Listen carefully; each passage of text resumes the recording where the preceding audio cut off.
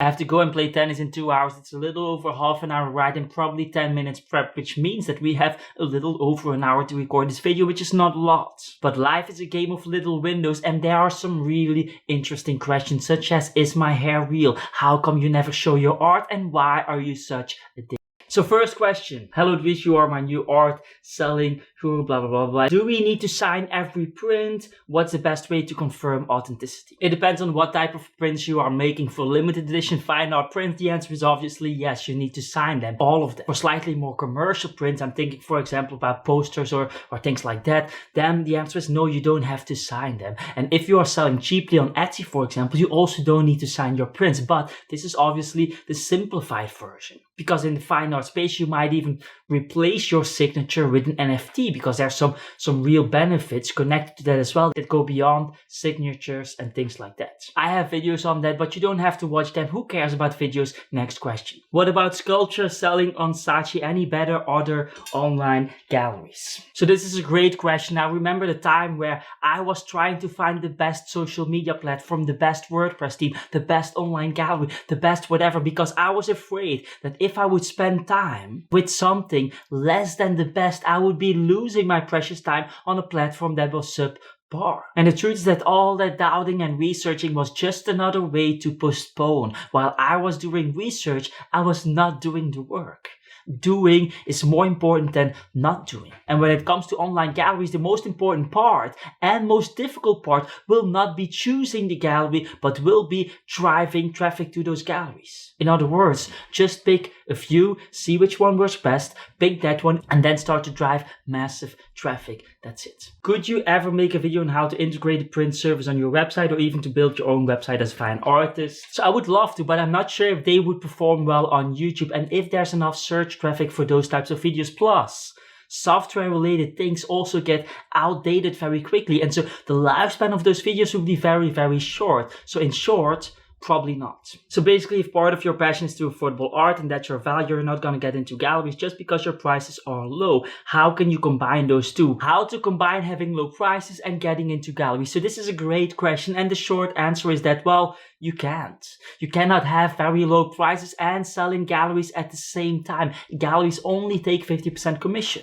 And out of that, they have to pay everything. Their staff, their rent, their art fairs, the transportation, the publishing costs, advertisement costs, the exhibition costs, etc., etc., etc. And so if you are selling art at, let's say, a low price point of $150 and 50% commission equals to about $75, meaning they would need to sell hundreds of artworks on a monthly basis, which is just unrealistic. And so if you choose to sell your artworks at low price points, you choose to not work with traditional galleries. That's it. How much should I price limited edition print if I want to be a museum grade artist, and what size, etc., etc.? This is such a common question. I remember struggling with my prices for years and years and years, and the reason why you don't find any answer online that gives you a good indication is because it's simply a question that cannot be answered. It depends on so many factors. Where do you live? What's your market? What's the style? What's the size? What is your sales track record as an artist? What are the prices of your original work?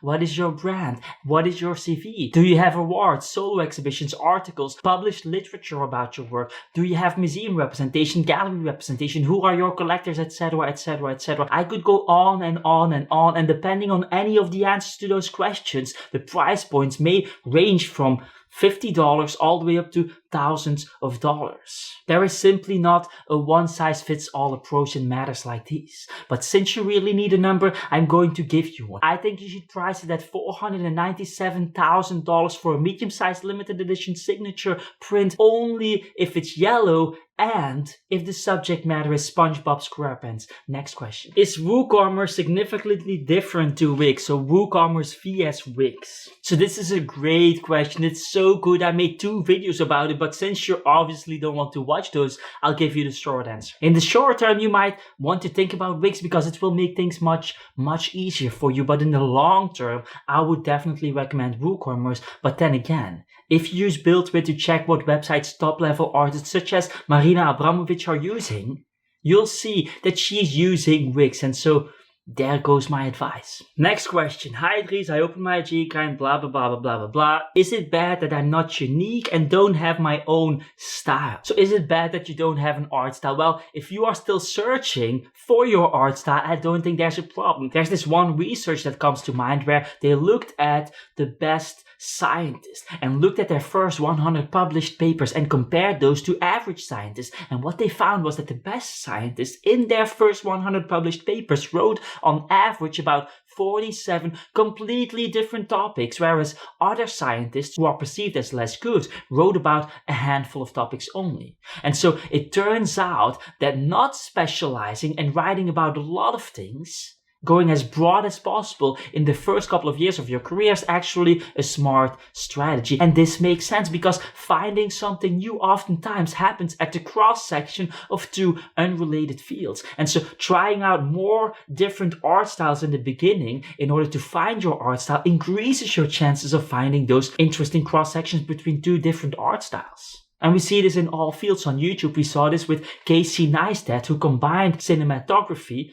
and vlogging, for example. And in tech, we saw this with Elon Musk, who combined his experience in tech with the car industry. It's very common in the tech world to have a self-learning AI system, but it was completely new in the car industry. That's creativity, combining two ideas. How do you feel about artists who use multiple POD stores like these and also have an online shop on their own independent websites? I know that a lot of artists think that this is a great strategy, but I don't think that having as many POD sites as possible and trying to benefit from all of that SEO traffic is the best strategy out there. I think it's unrealistic to manage so many different sites as a solopreneur. And so what you can do is start on all different sites for 6 months and then look at which sites perform best and then focus all of your energy and effort on those 1 or 2 sites max. Next question. So here all the way at the end, how much time do you spend on marketing your art versus making your art? This is such a tough question. I remember not knowing this and out of fear, I just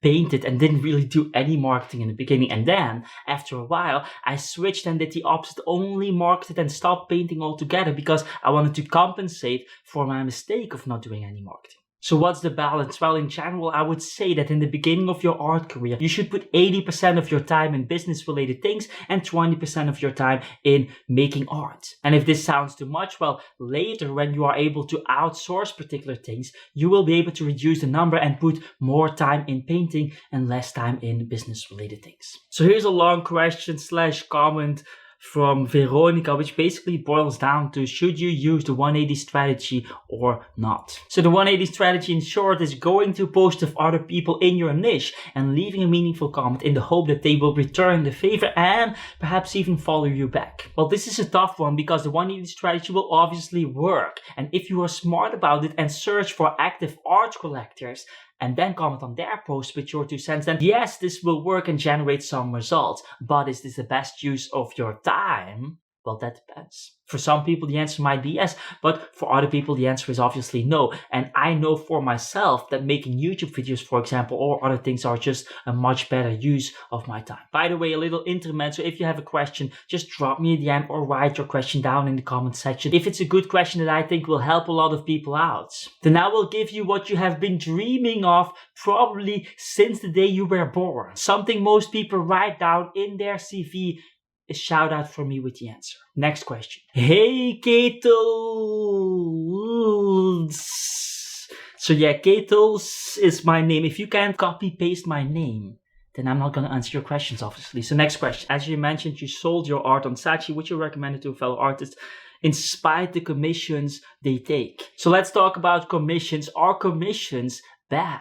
Well, depending on what the gallery does in return for that commissions are really, really good or really, really bad.